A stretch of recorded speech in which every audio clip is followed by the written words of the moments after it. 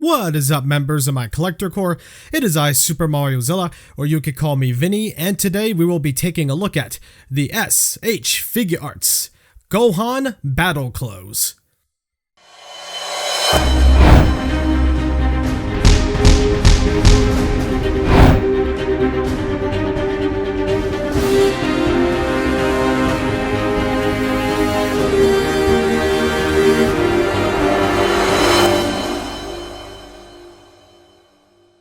This version of Gohan was announced as a Premium Bandai Webshop exclusive and available to North American retailers via Premium Bandai USA, made to order figures with one-and-done runs. No chance of reissue. In Dynamic Saga Frenzy Bandai was having a year ago, this version of Gohan along with Krillin was revealed and collectors were really excited, myself included. Now, getting this figure right now will be difficult since it's a web exclusive, and Dragon Ball web exclusives, when the pre-order closes, automatically hits aftermarket prices. Will the figure be worth tracking down if you missed the pre-order? Let's see. Alright, so Gohan looks pretty solid, but shares the same exact problem as all the newer Saiyan armor releases. No panel line work in the armor. Yeah, that sucks. Paint is not bad, but plain. Everything is clean and where it should be. Gohan's face details were captured pretty well, looks like how he did in the anime. The hair looks blocky at first glance, but there are marks in there to make it resemble, well, hair. Muscle definition for the little guy looks great, no issues with that, and the Saiyan armor, despite no paint, was still sculpted well. If it sounds like I'm running out of things to say, that's because I am. There's nothing much to say other than Gohan looks alright. Let me elaborate. Gohan doesn't look bad at all, but would have looked a lot better if we got extra paint details. So nothing wrong with him, but nothing spectacular either. So Gohan's articulation is a little bit limited. It's not bad. I'd say it's pretty much on par with Kid Goku or the previous Kid Gohan. What we got here is pretty decent. Head is on a ball hinge, and neck is on a ball joint, so in total he can look up just about this far and can look down pretty darn a good amount. Head can also wibble wobble. It's on a ball joint. Well, the neck is on a ball joint, the head is on a ball hinge. Shoulder pads can move upwards. They're not on tiny ball joints, which probably a good thing. They would have snapped easily. But they move to give the arms some more range, and the arms have a butterfly hinge. And the arms are on ball joints. They have butterfly joint movement.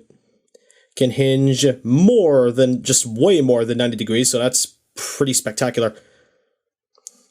Biceps can swivel, and elbows are on a single hinge, so he could move actually just a little bit more than the 90 degrees. Wow, this puts Gotenks to shame. Now, I'm going to talk about one of the accessories here right now. I'll go over the rest in the proper segment. There is a chest pad piece for Gohan's chest that lets the arms move more forward.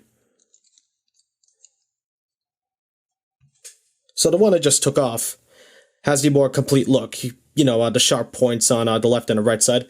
This one gives you more range if you want to move the arms forward. So, thanks for that inclusion.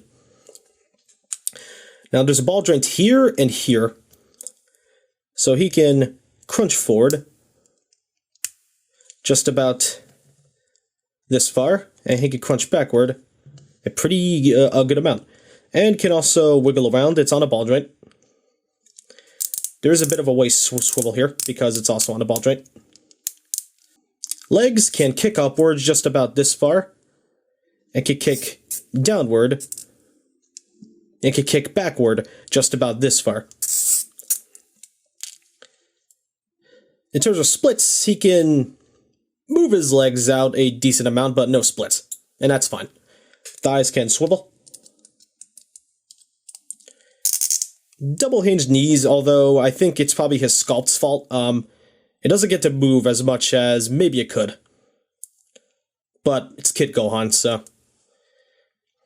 if this was adult or teen Gohan, it would be a problem, but it's not that much of a problem here on the kid. Yeah, this is about as far as it can go. Ankles are on ball hinges, so he could... Oops. Oh, there we go. Ball hinges. So he could kick his ankles back just about this far. I can kick them forward about this far. Toes on a hinge. And he does have okay-ish ankle rocker, but it's not that good.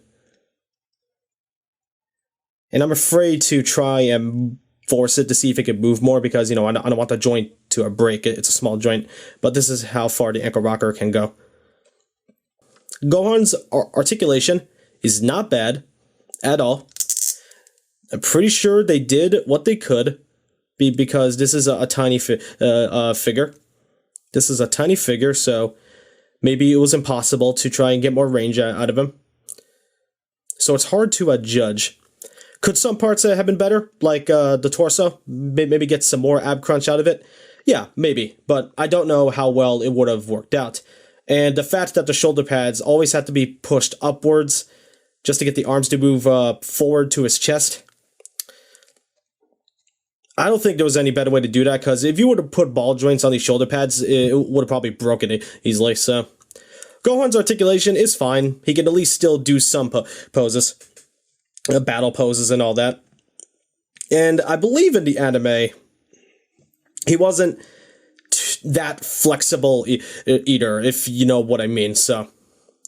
I think what we have here is acceptable. Gohan comes with a pretty good amount of accessories, everything he needs. First, before anything else, Gohan comes with a 3-star Namekian Dragon Ball. This one is casted in a brighter, less transparent orange. Honestly, it looks really nice, and I may like this color and finish more than the first set of Namekian Dragon Balls. First of his interchangeable parts is a flowing hair sculpt, used to replicate Gohan powering up or shooting a beam. The sculpt is fantastic, it looks great, I love the wavy and windy effect this hairpiece has. Interchanging it is pretty much like changing a head, simple ball joint switch, and uses faceplates the same way as the default hair sculpt.